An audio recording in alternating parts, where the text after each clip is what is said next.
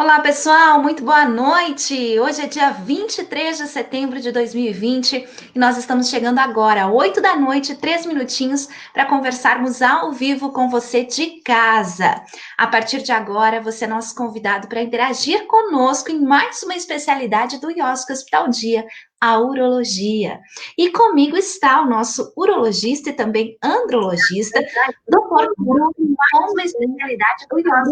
Seja bem-vindo, bem-vindo à nossa transmissão, à nossa live. A partir de agora, a gente quer conversar com as pessoas uma especialidade nova do nosso hospital. Live. Você se sente feliz de fazer parte do nosso corpo clínico? Oi, boa noite, Karine, boa noite a todos. É um grande prazer estar aqui, conversar com vocês. A nossa ideia hoje é conseguir esclarecer e falar um pouco sobre as doenças mais comuns, mais prevalentes da andrologia e da urologia, e com isso poder gerar um pouquinho de informações técnicas, mas num linguajar que a gente consiga se entender. Muito bem, doutor. Muito obrigada pela disponibilidade de estar conosco. Antes da gente começar, eu quero saber um pouquinho mais de você, né? Você que está fazendo parte, integrando-se ao nosso time de grandes médicos do nosso hospital, do IOSC Hospital Dia. Mas de onde você vem? Qual a sua experiência, doutor? Essa sua especialidade também? Descreve um pouquinho mais para a gente ao vivo aqui. Bom, então eu sou natural aqui da região, né? Eu sou de Caibi. Eu fiz minha faculdade, minha formação da graduação aqui em Chapecó, pela Chapecó, e depois me formei cirurgião geral em Florianópolis, pelo Hospital Regional de São José, e depois fui para Curitiba, onde eu fiz minha formação de urologia. Depois de 3 anos, então, fazendo a formação de urologia, eu optei por fazer uma subespecialização, então, na área de andrologia em São Paulo, e aí realizei um fellow lá, com duração de 1 ano, o qual eu finalizei agora em fevereiro. E aí, depois dessa formação, dessa longa formação, que são 6 anos de faculdade e mais 6 anos de especialização, eu então retornei agora em março aqui para a região, para Chapecó, onde eu iniciei meus trabalhos. Seja bem-vindo, então, doutor. Parabéns por essa escolha, né? A nossa região tem muito a ganhar com mais um médico urologista, mas especialmente nesta outra especialidade, a andrologia. É algo muito novo para a nossa região oeste, não é, doutor? Então, quando eu decidi voltar para a região, a ideia foi justamente ir para uma área onde tinha uma carência maior. A nossa região ela não tem um andrologista de formação, né? Todo urologista tem uma formação andrológica dentro da sua graduação, mas uma formação específica, né? Voltada especialmente para a parte sexual e reprodutiva do homem, então para os casos que envolve toda a parte sexual, disfunção erétil, ejaculação, problemas hormonais masculinos e também problemas de fertilidade dos homens, né, que estão num casal que não consegue ter filhos. Então, essa área é uma área mais carente, então foi o objetivo fazer essa formação mais específica para poder contribuir aqui com a região e com os colegas. Então, pessoal, a partir de agora, aqui no Facebook, também no YouTube do IOSC Hospital Dia, você de casa pode fazer perguntas, começar a preparar suas perguntas, suas dúvidas para o nosso médico. Se relacionando à questão de fertilidade, né, doutor? Dá para perguntar também, aproveite esse grande profissional que nós temos aqui. Então, envie sua pergunta para a gente, e daqui a pouquinho o doutor vai começar a responder todos nós, tá certo? Doutor Bruno, vamos lá então, queremos saber um pouquinho mais, como você falou, né, você selecionou alguns temas para a gente conversar ao vivo aqui, e um deles é cálculo renal, algo muito comum e frequente na urologia. Atendimentos emergenciais, atendimentos mais preventivos, descreve um pouquinho o que é isso para nós, doutor. Então, a nossa ideia foi dividir um pouco os temas da urologia e da andrologia, e eu vou falar os temas mais frequentes dentro de cada área. O cálculo renal, sem dúvida, é um dos temas mais importantes da urologia. Ele gera dor, angústia, né? E com isso faz com que os pacientes passem por experiências que não são boas.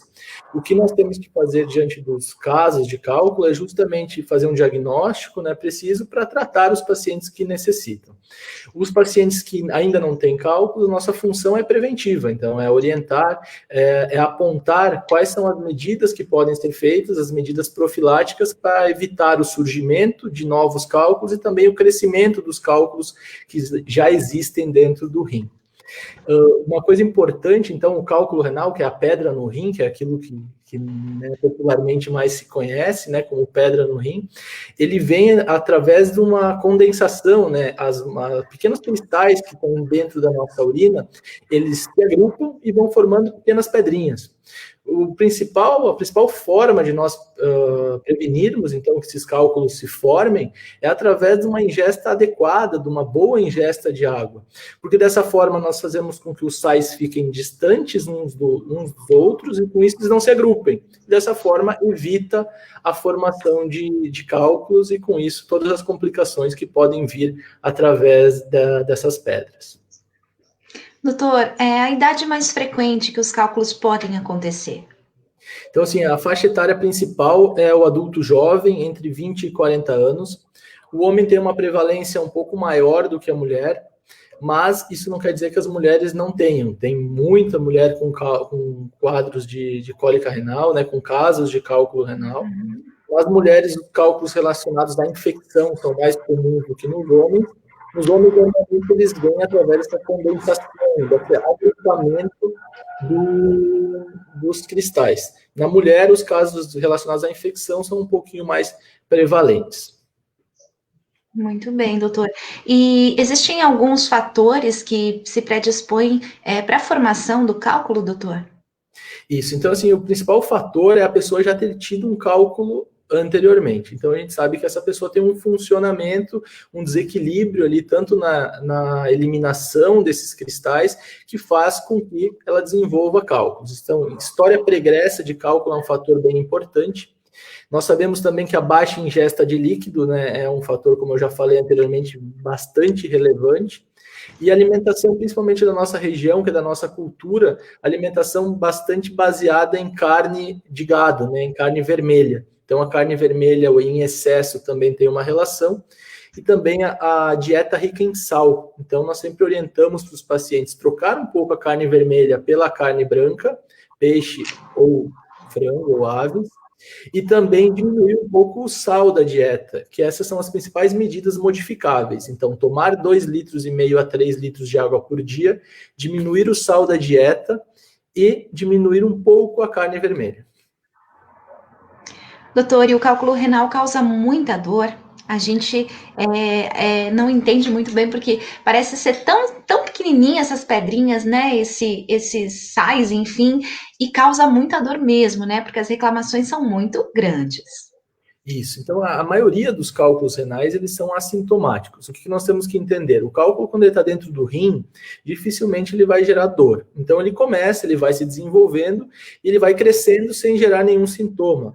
Mas, em algum momento, por alguma questão, esse cálculo pode se deslocar do rim e descer em direção à bexiga. Quando o cálculo desce pelo canal que leva a urina do rim até a bexiga, que é o ureter, ele encontra uma estrutura de calibre muito pequeno, né? uma estrutura estreita. E dependendo do tamanho desse cálculo, ele vai trancar nessa saída. E é o ato de trancar que vai gerar a dor. O cálculo ele fica impactado, ele fica travado ali, e ele faz com que a urina não consiga mais sair. Dessa forma, a urina vai acumulando, vai aumentando a pressão dentro do rim, e o rim dói porque a urina está sendo acumulada no interior dele. É por isso que dói um cálculo renal. O cálculo em si, ele não gera dor. Ele vai gerar dor porque ele vai gerar uma obstrução da saída da urina. E nesse caso, doutor, é urgência médica? Isso também é importante. Então, assim, quadro de cólica renal é uma urgência médica. Então, a dor ela é muito intensa, dificilmente ela vai melhorar com medicações via oral, com remédios que o paciente possa ter em casa. Então, muito comumente, o que vem é uma dor muito intensa que começa nas costas e desce para o pé da barriga. Essa dor costuma vir junto com náusea, com vômito e também com sudorese. O paciente começa a suar muito.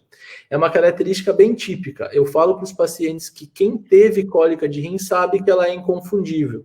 Nós temos que cuidar porque muitas pessoas têm dor na região lombar, têm dor nas costas e acredita que é por causa do rim. Dores leves que melhoram, dores que pioram com o movimento, elas não costumam estar relacionadas ao rim. Elas costumam estar relacionadas à coluna. A dor de rim é uma dor muito típica e ela é sempre intensa. Ela faz com que o paciente precise realmente buscar um pronto-socorro para o alívio da sua dor. Tá certo, então. Gente, para você que está entrando agora na nossa transmissão, nós estamos conversando com o nosso urologista e também andrologista, doutor Bruno, que começou a fazer parte do time, né, de profissionais do corpo clínico do IOSC. Essa especialidade é uma especialidade nova, ele já tem a sua área de atuação dentro do IOSC, a gente está aqui para conhecer um pouquinho mais o doutor e também as doenças, enfim, os temas que envolvem essas especialidades. A andrologia fala mais de fertilidade, é um estudo maior sobre isso, e a urologia, então, se trata sobre as doenças do aparelho urinário, tá certo? Tanto em homens quanto em mulheres. Então, participe conosco. Estamos falando sobre cálculo renal. Bom, doutor, além de ser uma urgência médica, existe todo um tratamento, né? Algo que é possível fazer para tirar a dor desse paciente. Então, explica pra gente como que vocês fazem para ajudar as pessoas nesse caso. Então, quando o paciente busca, a nossa primeira missão, né, a do médico que normalmente está na emergência, que é o clínico que está de plantão, é aliviar a dor. Então, através do uso de medicações endovenosas, né, dentro da veia, que são medicações que têm um efeito mais rápido e mais potente, nós usamos anti-inflamatórios, analgésicos, por vezes analgésicos opioides, que a gente chama que são mais fortes, né, como morfina, para aliviar a dor. O nosso objetivo sempre é tirar o paciente da crise de cólica renal. E depois, com calma, com o paciente sem dor, nós prosseguirmos toda a investigação. O que a gente sempre recomenda é que quando o paciente busca a emergência, que ele vai encontrar o médico que é o não especialista, né, o clínico, é que seja solicitado nessa já primeira visita, num quadro de dor, um exame de imagem, uma ultrassonografia ou uma tomografia, para nós identificarmos aonde está esse cálculo e qual vai ser o tratamento mais apropriado. O tamanho do cálculo é o principal fator que vai definir qual o tratamento a ser realizado.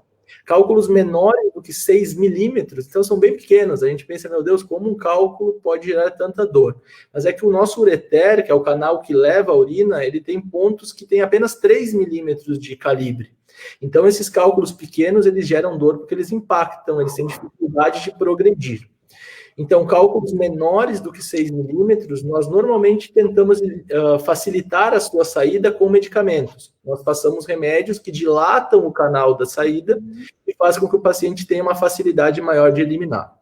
Cálculos maiores do que 6 milímetros, a gente sabe que é mais difícil que o paciente consiga eliminar sozinho, e se ele conseguir, ele vai sofrer muito para eliminá-lo, né?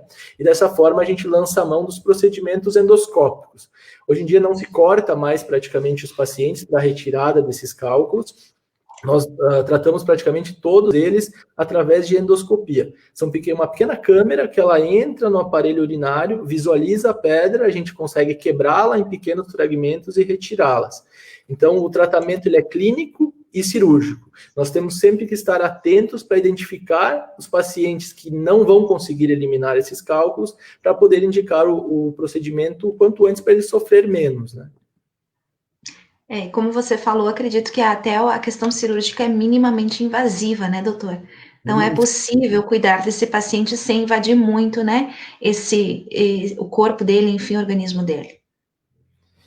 Com certeza o tratamento ele mudou muito e graças a Deus ele mudou muito, a tecnologia principalmente. Há 30 anos atrás, por exemplo, era muito difícil tratar esses casos, porque precisava se fazer um corte, o acesso não era fácil e com isso a cirurgia era uma cirurgia grande, uma cirurgia que gerava dor.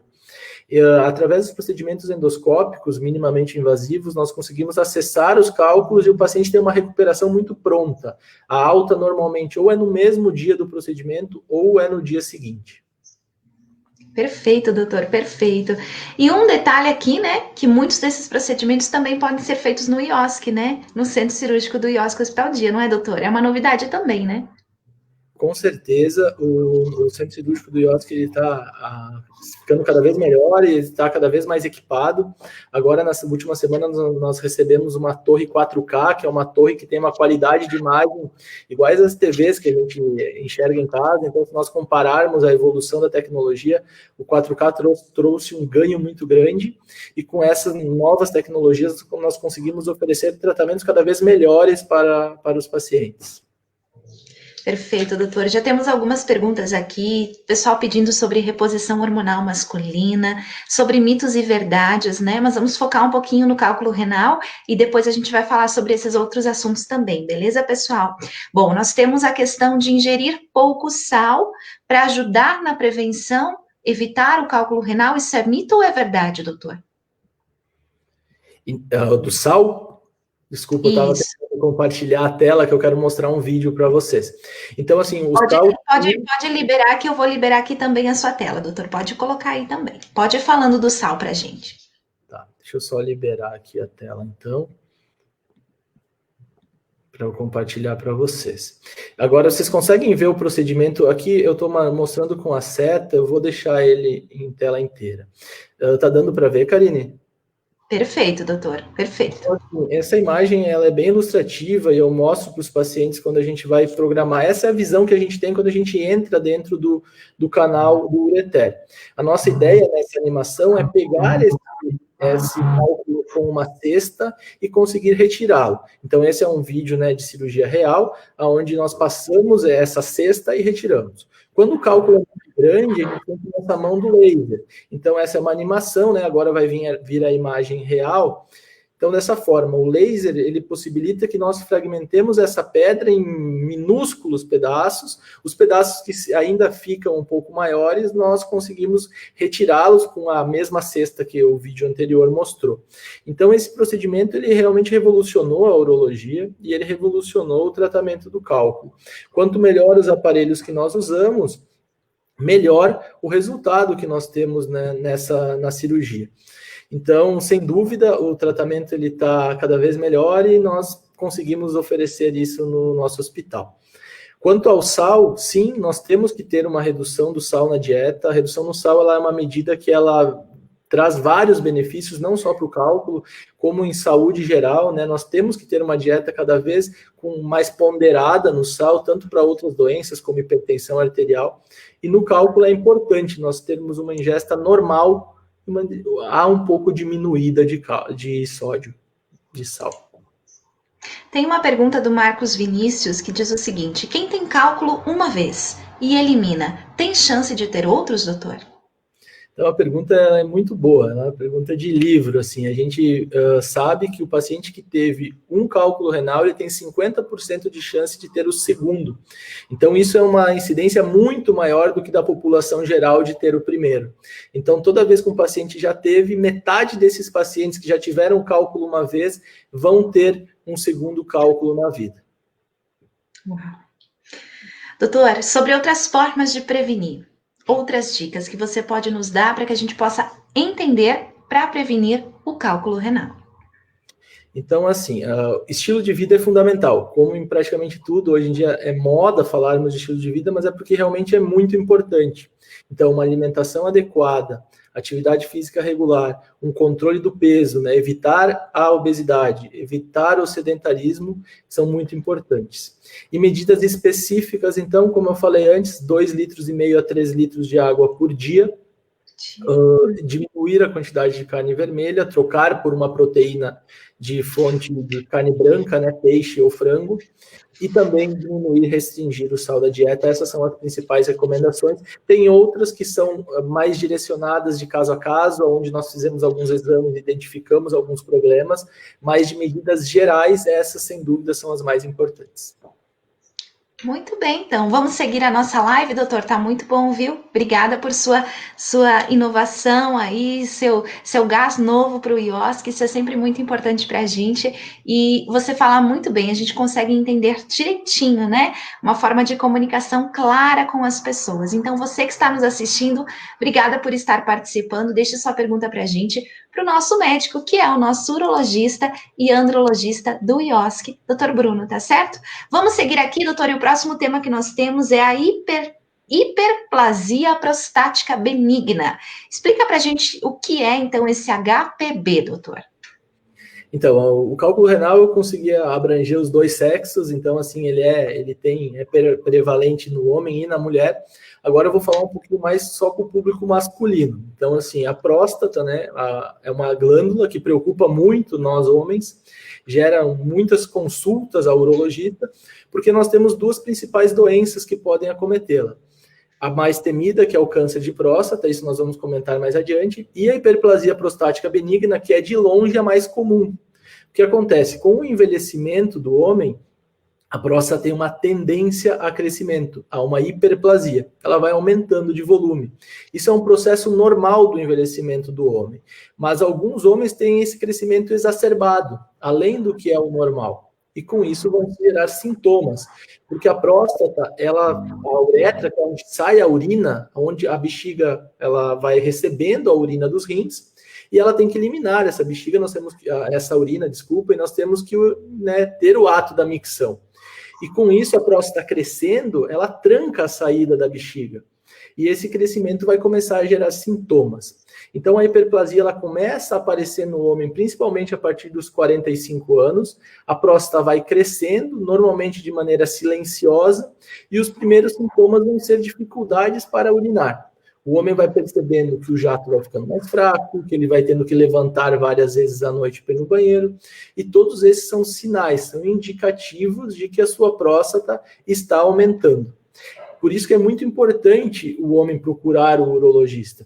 Nós temos uma campanha agora na Sociedade Brasileira de Urologia que é para o homem jovem, para o adolescente também ir, porque tem doenças específicas que vão gerar outras lives para nós conversarmos do público mais jovem. Mas a partir dos 40 anos é muito importante o homem consultar um urologista. Não só pensando no câncer de próstata, mas pensando em outras doenças e outros sintomas que podem piorar a sua qualidade de vida. A gente sempre fala, né, doutora, assim como a mulher vai ao ginecologista, né, o homem deve procurar o urologista para se cuidar com antecedência, né, desde cedo, fazer a prevenção. A gente vai tratar muito desse assunto também em novembro, não é, doutor? Em alguns eventos especiais que vamos criar, mas fica a dica aqui para os nossos homens. Bom, pessoal, estamos falando então sobre a hiperplasia prostática benigna, né? O doutor já comentou sobre alguns sintomas, mas, doutor, a partir do momento que ele descobre, ele percebe esse problema, o que se pode fazer, né? Então, assim, eu já retorno, não sei se tá dando para ver a imagem que eu quero colocar na tela. Está sim, já está na tela, doutor. Então, assim, só retornando, então, um pouquinho, para vocês conseguirem entender. A bexiga, então, ela é o órgão que recebe a urina. A saída, que está acompanhando a minha seta, ela é pelo interior da próstata. A uretra, ela passa no meio da próstata. Quando a próstata cresce, como essa próstata da imagem que eu estou mostrando, ela estrangula a saída da urina. Então, ela diminui o calibre da saída. E com isso, a bexiga tem que fazer muita força. O jato vai ficar mais fraco, a bexiga vai se irritar, porque ela está tendo, é um músculo, né? Ela tem que fazer muita força, e isso faz com que ela vá cansando. E com o passar do tempo vão gerando os diversos sintomas que a hiperplasia causa. Então, por isso que é muito importante identificar esse crescimento para poder tratar da maneira mais correta e mais específica. Karina, eu vou pedir para tu repetir a pergunta para mim, que eu voltei e acabei esquecendo. É isso mesmo, doutor, né? Então, o homem, ele sente, né? Ele começa a ter esses primeiros sintomas, que é essa dificuldade na hora de urinar. Ele busca um profissional e, a partir desse momento, vocês iniciam um diagnóstico. Então, é possível reverter isso, doutor?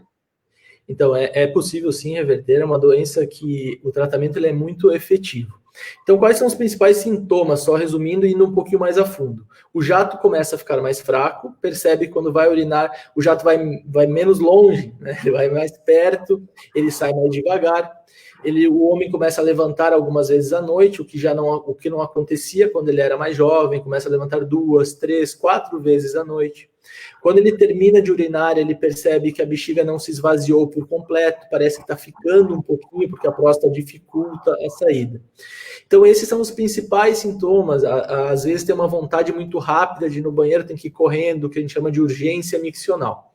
Quando o homem vem com essas queixas para nós, como a hiperplasia é a principal responsável por esses sintomas, nós começamos toda a investigação em cima disso. A conversa ela é primordial, porque a gente já suspeita desse problema. Segue-se com a necessidade de fazer o toque retal, então o exame da próstata, porque nós avaliamos também a existência, né, de um possível câncer, afastamos essa hipótese, e nós também conseguimos ter uma noção do tamanho da próstata através do toque, saber se ela é aumentada ou não. Com essas informações, a gente vai dar sequência. O principal exame que a gente utiliza é a ultrassonografia. Nós fizemos um exame da próstata, onde a gente vai medir essa próstata através desse exame. A gente sabe que o tamanho normal é até 30 gramas. Próstatas além disso, então elas são responsáveis por esses sintomas. Então, diante de uma próstata de 40, 50, 60 gramas, a gente sabe que está tendo essa compressão da saída da urina e isso está gerando esses sintomas. E a partir disso, nós vamos dar sequência, tem outros exames também que podem ser feitos, mas os principais, o principal, sem dúvida, é a ultrassonografia, junto com toda essa conversa e esse exame de consultório. Muito bem. Aqui também o estilo de vida vai fazer diferença, né, doutor? Para prevenir tudo isso, é isso?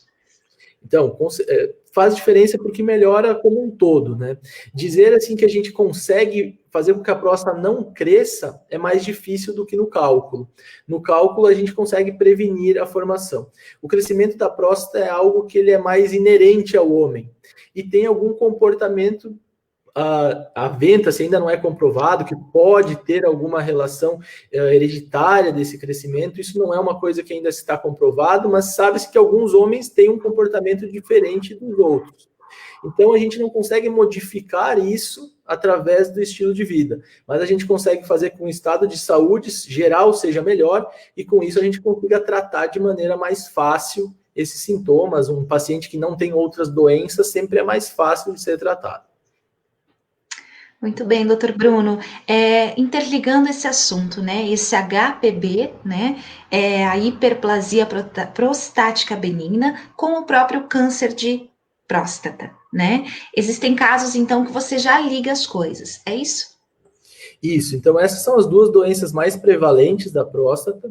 Então, sempre que nós estamos avaliando um homem com suspeita de hiperplasia, a gente já faz o screening, né, estando na faixa etária para screening de câncer de próstata, que são homens acima de 50 anos, ou com 45 anos da raça negra, ou com pai ou irmão que já tenha tido um câncer de próstata, aí a gente começa 5 anos mais cedo. Se ele está nessa faixa etária, e normalmente é a mesma faixa etária da hiperplasia, nós fizemos a avaliação conjunta para excluir o câncer de próstata e poder seguir o tratamento da doença benigna com tranquilidade. Muito bem. Doutor, então o que é o câncer de próstata? Então vamos lá. O câncer de próstata ele é sem dúvida a doença que mais assusta, né, os homens. É o principal motivo de procura no consultório do urologista. Em novembro nós temos a campanha do Novembro Azul, então de tão importante que é essa doença, criou-se uma campanha, né, pela Sociedade Brasileira de Urologia, junto com outras entidades, para se fazer a conscientização dessa doença, da necessidade de se ter um acompanhamento. O câncer de próstata é quando as células da próstata elas começam a se proliferar de uma maneira errônea. Por alguma causa que a gente ainda desconhece, essas células começam a ter um comportamento maligno e elas começam a crescer de maneira descontrolada. E com isso tem todas as repercussões, né, que um câncer pode causar, e por isso que é tão importante a gente fazer o acompanhamento, nós termos esse acompanhamento dos homens para diagnosticarmos esse câncer de maneira precoce. O que a gente tem para fazer hoje com o câncer é um diagnóstico precoce para ter um tratamento efetivo e uma cura. É isso aí, doutor. Eu ia justamente perguntar sobre isso, né? Assim como todos os outros cânceres, o que vai diferenciar a cura é o diagnóstico precoce, né? Sem dúvida, e no câncer de próstata, nós temos, graças a Deus, um câncer que ele tem um comportamento mais indolente.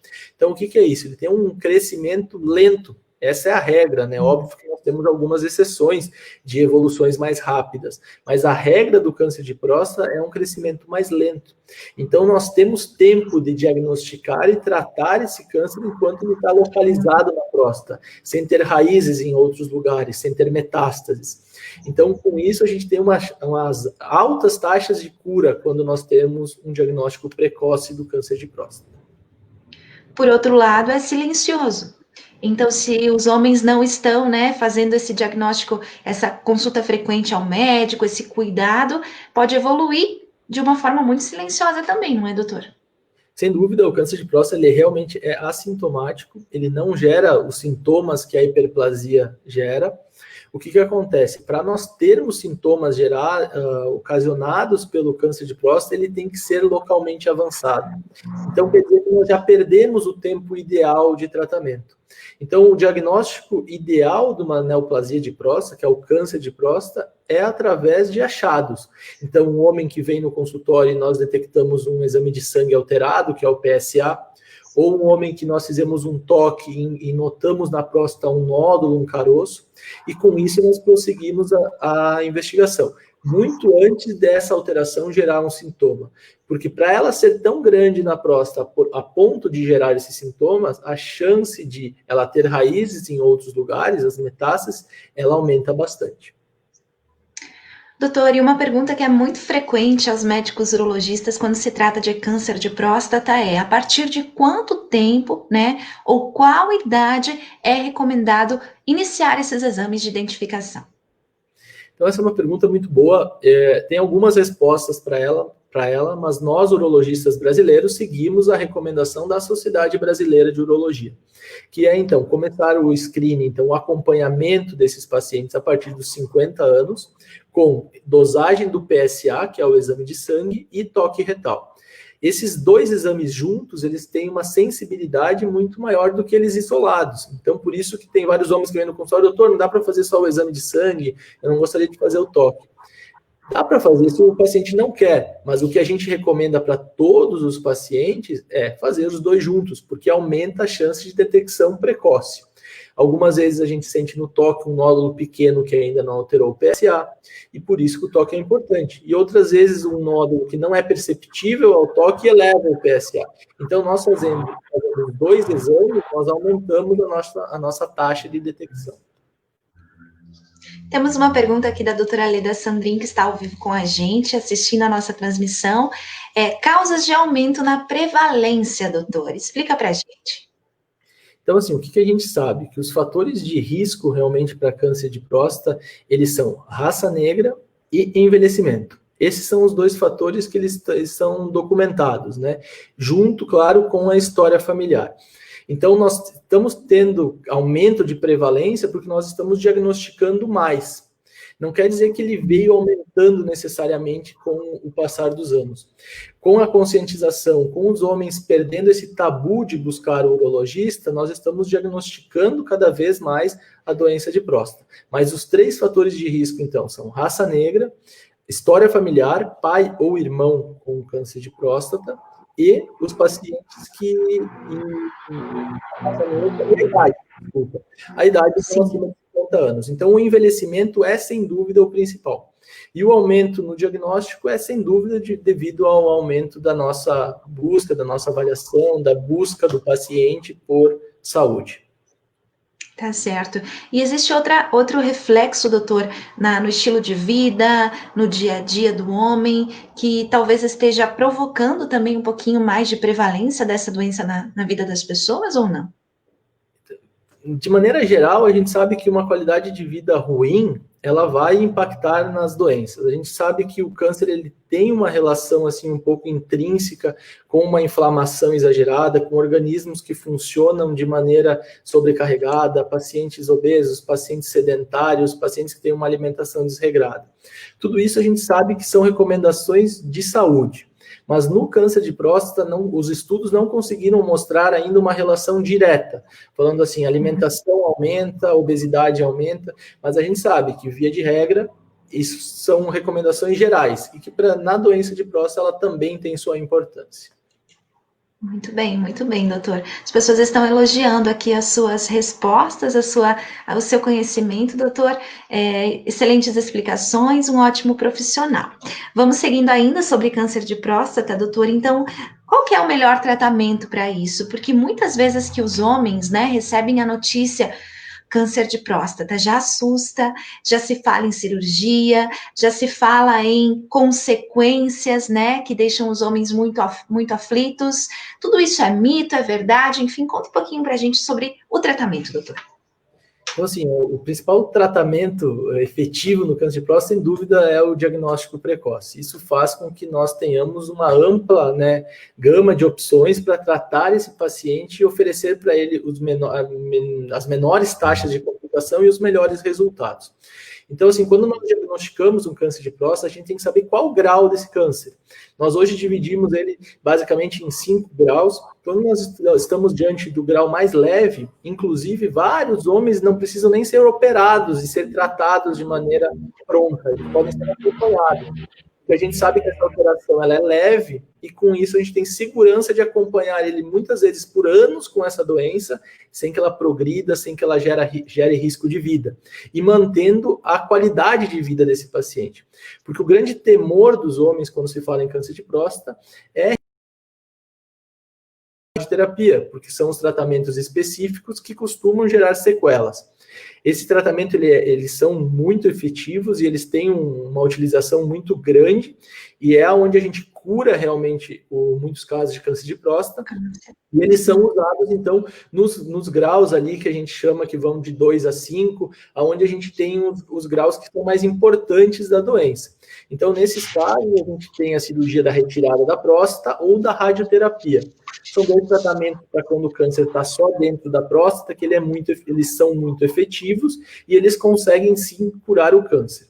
Quais são os problemas do tratamento? Eles podem gerar incontinência urinária, porque a próstata faz parte da continência, faz parte do mecanismo que o homem tem para segurar a urina dentro da bexiga. Essa taxa de complicação é bastante baixa com as cirurgias atuais. Hoje nós utilizamos principalmente técnicas laparoscópicas. Os grandes centros já têm robôs nos auxiliando nessas cirurgias, então isso tudo minimizou muito essas taxas de complicação. A radioterapia também está mais moderna, os aparelhos menores. Então, a incontinência a gente consegue controlar de uma maneira muito melhor. É uma complicação muito menos frequente. Já a disfunção erétil ela é bem mais comum e é um grande temor do homem, né, ter um prejuízo para ter relação sexual. E isso sim, a cirurgia e a radioterapia, elas tendem a ter uma incidência dessa complicação maior. Mas o objetivo sempre diante de um câncer é curá-lo. Depois das complicações, as sequelas do tratamento, tem várias formas de nós corrigirmos, isso a gente até vai falar depois no nosso último tópico. Mas então, o principal é doenças que são significativas, cânceres que são grandes o suficiente, avançados o suficiente para necessitar de uma cirurgia ou radioterapia, o tratamento, sem dúvida, deve ser feito. Muito bem, doutor. Sem receio, né? É preciso curar. Exatamente. É uma doença que ela precisa da cura. Depois o restante, as sequelas, enfim, o que o tratamento traz, nós corremos atrás e a gente tem bastante tecnologia disponível para resolver isso. Muito bem, muito bem. Gente, informação, né, pode se tornar conhecimento. Então, esse é um canal de informação para você que o IOSC disponibilizou para a gente apresentar essa especialidade, essa subespecialidade nova na nossa instituição, que é a urologia e também a andrologia. E este que está ao nosso lado, que está conversando com vocês e que vai permanecer conosco por mais alguns minutos, é o Dr. Bruno. Nós estamos dando boas-vindas a ele, ao nosso time, a partir desse mês, né? Mês de agosto já foi, agora é de setembro. Ele estará possivelmente quase sempre com a gente aqui nas transmissões também, abrindo esse canal de informação para você de casa. Doutor, você citou agora, quando nós falávamos de câncer de próstata, sobre uma possível consequência, né? A disfunção erétil. Mas vamos falar especificamente sobre isso. O que você preparou sobre esse assunto para falar para os homens, falar nessa transmissão, doutor? Então, a disfunção erétil ela é uma área bem importante dentro da andrologia, então, que é a subespecialização que eu falei antes. E ela é um grande temor, uma doença que gera muito tabu, que gera constrangimento e que faz com que o homem muitas vezes tenha vergonha de procurar o médico, e isso nós precisamos trabalhar, precisamos conversar, porque os tratamentos eles são muito efetivos e o homem precisa vir ao urologista, precisa vir ao andrologista para fazer o tratamento desse problema. Então, o que a gente sabe? Que a impotência, né, que é outro termo que é amplamente utilizado para falar da disfunção erétil, então a impotência sexual, ela é definida quando o homem não consegue ter uma rigidez suficiente no pênis para ter uma relação sexual satisfatória.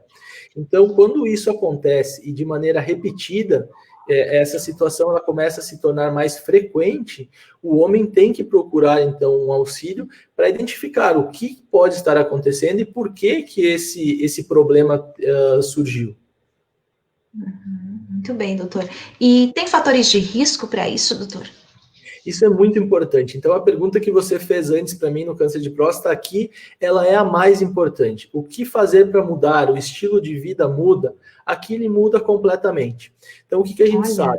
O homem obeso, o homem sedentário, o homem que se alimenta mal, é o homem que está muito mais predisposto a ter uma disfunção erétil do que o homem que tem um estilo de vida saudável. Outras doenças que não são bem controladas, como um diabetes maltratado, como uma hipertensão arterial sistêmica, pressão alta, maltratada, também são fatores de risco para desenvolver essa doença. Os homens que têm diabetes, que têm hipertensão, são muito mais estão muito mais predispostos a desenvolver uma disfunção erétil, uma dificuldade, então, para ter uma relação sexual satisfatória. A pergunta da Fernanda Girardi agora na nossa transmissão é: quais seriam então essas doenças que mais afetam, né, ou que mais provocam a disfunção? Como você falou, obesidade, né, doutor? Explica melhor para nós também. Então, sem dúvida, a pergunta é muito boa e é o que eu acabei de falar, assim. Então, as doenças que vêm de um hábito de vida inadequado. Então, pacientes que têm obesidade, pacientes que são sedentários, pacientes que não têm uma alimentação saudável e com isso levam à obesidade, eles estão mais predispostos. E as doenças em si, né, que não são hábitos de vida, mas são doenças, aí a síndrome metabólica, que é o homem que tem uma deposição de gordura no abdômen mais importante, aquela barriga mais proeminente, junto com diabetes, junto com uma hipertensão, esses são os principais fatores. Então, a síndrome metabólica, o diabetes mellitus e a hipertensão arterial são os mais conhecidos. Nós também temos doenças que vão levar à disfunção erétil, como eu falei antes, o tratamento de câncer de próstata pode gerar uma disfunção erétil, isso porque quando a próstata é retirada ou quando ela é queimada através da radioterapia, os nervos que vão para o pênis, eles passam extremamente juntos da próstata, e esses nervos são machucados, e com isso ocorre essa disfunção erétil no pós-operatório. Por isso, então, o que eu falei antes, que a tecnologia é nossa amiga no tratamento e na prevenção da disfunção erétil. Porque hoje em dia, com as torres de excelente definição, fazendo um procedimento laparoscópico, um procedimento com robô, nós conseguimos ver muito melhor essas estruturas e preservar esses nervos de uma maneira mais satisfatória. E com isso, os resultados também melhoram após a cirurgia. Doutor, um alerta vermelho também na questão da disfunção erétil, que eu tenho aqui no material que você mesmo elaborou, é depressão, medicamentos, alcoolismo, questões diferentes também, não é? Com certeza. Então, assim, a depressão mexe com a autoestima, mexe com libido, mexe com desejo, né, sexual. Os medicamentos que tratam a depressão também tendem a inibir o desejo sexual, então é uma doença bastante comum, bastante relacionada com a disfunção erétil também. Alguns medicamentos causam, né, um prejuízo na função, um prejuízo na rigidez, né, do pênis. Os principais, né, que eu posso citar são alguns para o tratamento próprio da hipertensão. Então, tem algumas classes de remédio dentro do tratamento para hipertensão que podem levar a isso. Por isso é muito importante equipe multidisciplinar, como nós temos também no IOSC, cardiologista, enfim, nós temos uma equipe, né, para nós conseguirmos levar isso juntos, porque a conversa entre os profissionais é muito importante. Nós temos um paciente com pressão alta, mas ele está tendo disfunção erétil, o remédio está causando. É possível mudarmos esse remédio? Então, essa conversa entre as especialidades é muito importante, e isso, ambientes como o IOSC, ele favorecem, um ambiente onde as especialidades estão juntas, integradas, trabalhando e tendo afinidade, tudo isso facilita, então, esse tratamento, né, amplo do paciente. Doutor, e sobre esse tratamento, então, há como mudar isso, há como reverter esse quadro de disfunção erétil, doutor? Sim. Então, Com certeza é uma doença que nós temos muitos tratamentos e vários níveis de tratamento. Eu brinco com o paciente que são 4 degraus de escada, né? Nós temos 4 níveis de tratamento. O primeiro degrau é nós mudarmos todo o estilo de vida, fazer esse paciente perder peso, fazer esse paciente ter uma atividade física regular, mudar a sua alimentação e com isso melhorar a sua qualidade de vida. Uma grande parte dos pacientes respondem a esse tratamento e não precisam de outras ferramentas, de outros tratamentos mais específicos. Quando esse tratamento ele é inefetivo, em casos onde a disfunção é mais importante, é mais grave, nós vamos progredindo aí sim para os remédios e para as cirurgias. O segundo degrau, então, são os remédios pela boca, as famosas pílulas. Os pacientes chamam do azulzinho. Então, é o Viagra, né? O Viagra foi uma droga que revolucionou o mundo. Quando ela surgiu, realmente não tinha nada que era efetivo no tratamento, e ela fez uma mudança, assim, ela mudou o jogo realmente, ela é muito efetiva. Depois do Viagra surgiram outras medicações de mesma classe, mais modernas, diferentes, que nós hoje em dia usamos até um pouco mais do que o próprio Viagra, mas essas drogas são muito efetivas. Elas são pílulas então, que se toma, algumas se toma todo dia, não precisa ter uma correlação com o horário do ato sexual, outras nós pedimos de tomar de 2 a 3 horas antes de namorar. Então, são algumas características que a gente identifica com a conversa do paciente e opta por um tratamento ou por outro.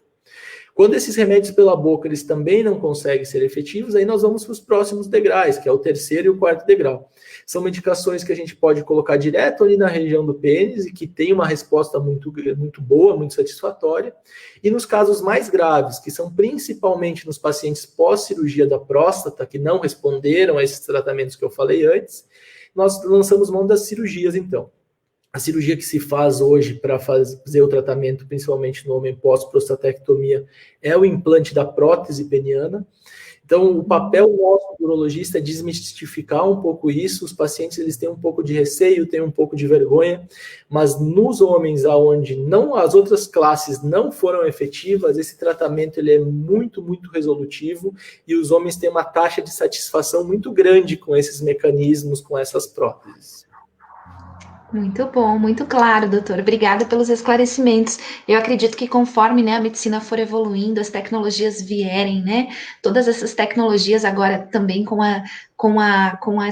essa própria internet, né, doutor, tudo isso vai facilitar os tratamentos e vai permitir com que outras formas sejam possíveis, inclusive nessa doença, né? Vamos falar um pouquinho de um outro assunto também, doutor? Infertilidade conjugal. Quero abrir uma aspas aqui e te convidar para que em outubro, no mês das crianças, a gente faça uma live só sobre esse assunto, né, da andrologia, que é a infertilidade conjugal, um assunto assim que eu acredito que muitos casais têm dúvidas, né? Precisam de orientações e informações, porque o sonho de muitas pessoas é, né, concretizar isso, né? Formar essa família com esses filhos. Então, a gente pode abrir muito mais esse tema. Mas para a gente começar hoje, doutora, essa nossa conversa, eu queria entender, né? O que é a infertilidade conjugal? Explica melhor para a gente, depois a gente vai aprofundar um pouquinho mais. Então, o próprio nome, né, ele já é muito importante, a gente tem que abordar ele. Infertilidade conjugal. A infertilidade, ela é sempre do casal. Não tem infertilidade da mulher, infertilidade do homem. Historicamente, a mulher foi sempre uma responsável maior pela infertilidade. Então, se pensava que o casal não pode ter filho, a responsável por isso é a mulher. Hoje, nós sabemos que a responsabilidade ela é igual. 40% das causas de infertilidade tem um predomínio feminino, 40% masculino e 20% é um somatório do homem e da mulher, alguns problemas masculinos e femininos juntos. Então, a responsabilidade ela é exatamente a mesma. Os dados da literatura nos mostram que as alterações elas são iguais e que nós temos que investigar tanto o homem quanto a mulher. Isso é bem importante porque realmente nós precisamos divulgar essa informação porque ela ainda é um pouco de receio, ela não é tão abordada. E respondendo aí a tua pergunta, a infertilidade conjugal ela tem uma definição e ela é bem clara. O casal tem que estar tentando ter filhos de maneira regular, então ter relação sexual frequente no período fértil da mulher por mais de 1 ano sem conseguir. Então, quando o casal está namorando há mais de 12 meses e o bebê não vem, daí sim nós definimos isso como uma infertilidade conjugal e tem a necessidade de se fazer toda a investigação do porquê que esse bebê não está vindo.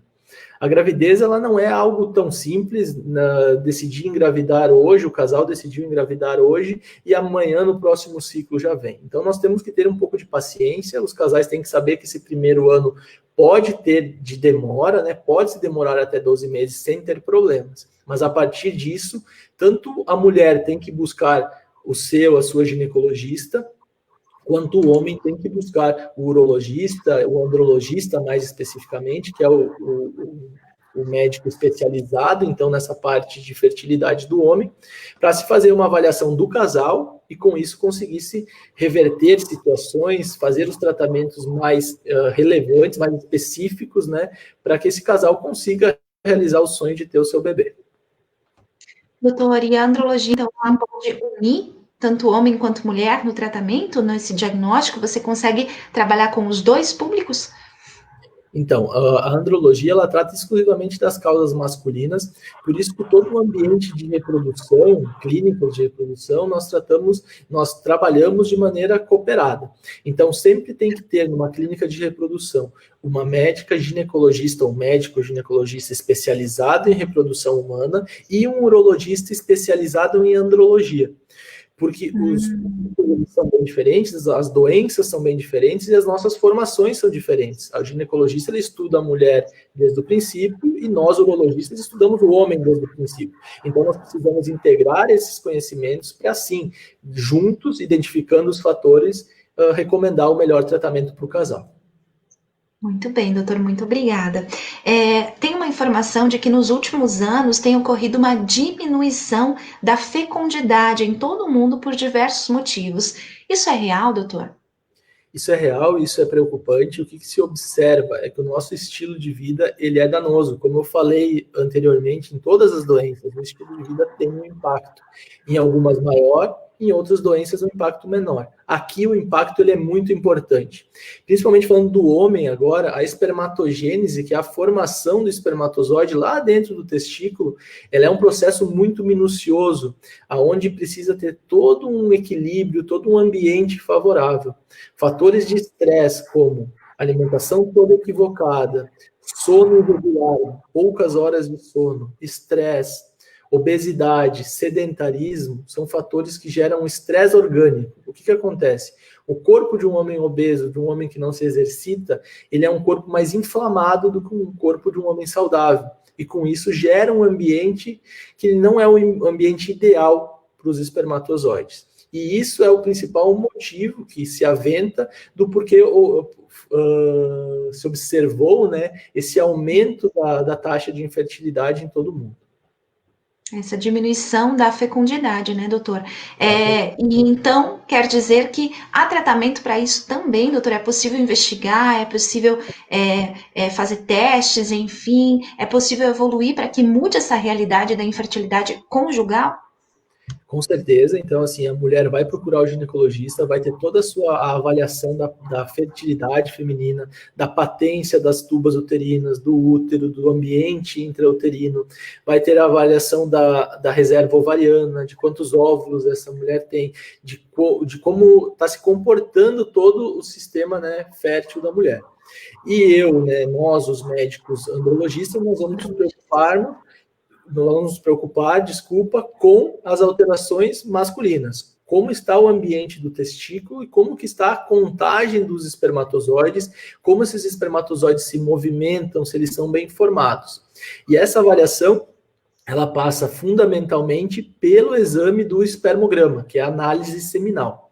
Então, como que funciona? O homem fica de 3 a 5 dias em abstinência sexual, e aí ele procura o laboratório, ele vai ter que ter um ato de masturbação no laboratório e ejacular. Esse ejaculado vai ser dentro de um recipiente, dentro de um frasco, e esse material ele vai imediatamente para análise. Aí um profissional especialista, preferencialmente numa clínica de reprodução, onde tem uma embriologista que é especialista em ver esse exame, não outros exames, mas esse em específico, e isso faz com que ela tenha mais e mais conhecimento de analisar bem esse exame. Então, esse profissional vai ver o espermograma, vai analisar e vai passar um laudo, para nós, né, andrologistas, para poder guiar o nosso tratamento. Então, o que a gente sabe? Que a contagem normal de espermatozoides no espermograma é acima de 15 milhões por ml. Esses espermatozoides têm que ter uma quantidade bem grande, como vocês podem ver. Quantidades menores do que 15 milhões são alteradas e elas são causas de infertilidade. Eu tenho 10 milhões e doutor não chega. Infelizmente, a gente sabe que para ter uma chance de gravidez normal, nós temos que ter pelo menos 15 milhões de espermatozoides se movimentando bem e bem formados.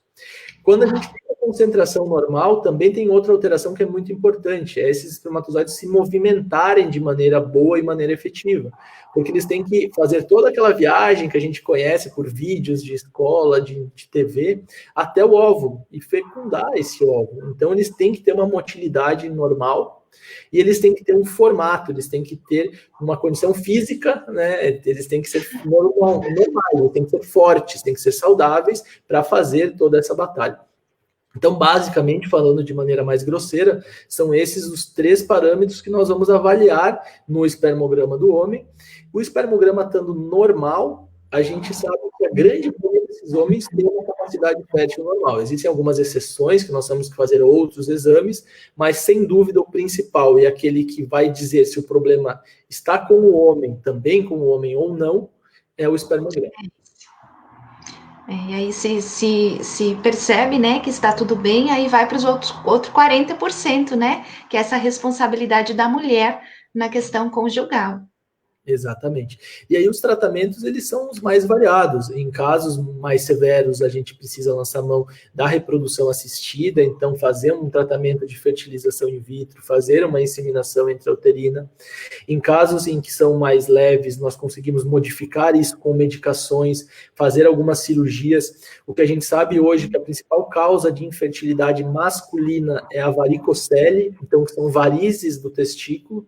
Isso faz com que o sangue não volte de maneira adequada para o corpo e ele se acumula mais no testículo, aumenta a temperatura do testículo e os espermatozoides sofrem.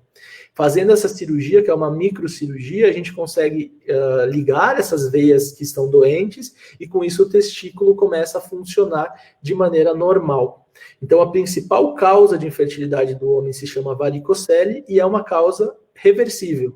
Então, por isso que é muito importante fazer a avaliação, porque identificando esse problema, nós conseguimos corrigi-lo e as chances de gravidez voltam ao normal. Muito bem, doutor, muito bem. Então, de forma geral, né, vamos voltar a falar do estilo de vida. Faz toda a diferença nesse caso também, né? Faz toda a diferença e, sem dúvida, é o que eu mais bato na tecla na consulta. É muito importante se conscientizar e realmente exige demanda do paciente, né? Nós não temos como fazer isso pelo paciente. Então, o paciente precisa se conscientizar. São muitos os benefícios. Depois que você começa a ter uma mudança do estilo de vida, realmente você muda o formato, né, da sua vida, você muda a constituição do seu corpo, você começa a se sentir melhor, o teu corpo começa a funcionar de maneira mais adequada também. Doutor, só lhe agradecer por essa aula, né? Não foi apenas uma transmissão ao vivo, uma live, foi uma aula dessas 2 especialidades que você traz pra gente. Parabéns! Muitos elogios para você aqui nas redes sociais, da nossa equipe de colaboradores também, dos médicos que fazem parte do corpo clínico. Foi muito bom conhecer você melhor, doutor Bruno. Obrigada. E toda a nossa gratidão, a sua disponibilidade de permanecer aí 1 hora ao vivo com a gente, esclarecendo tantas e tantas dúvidas normais do seu dia a dia, né?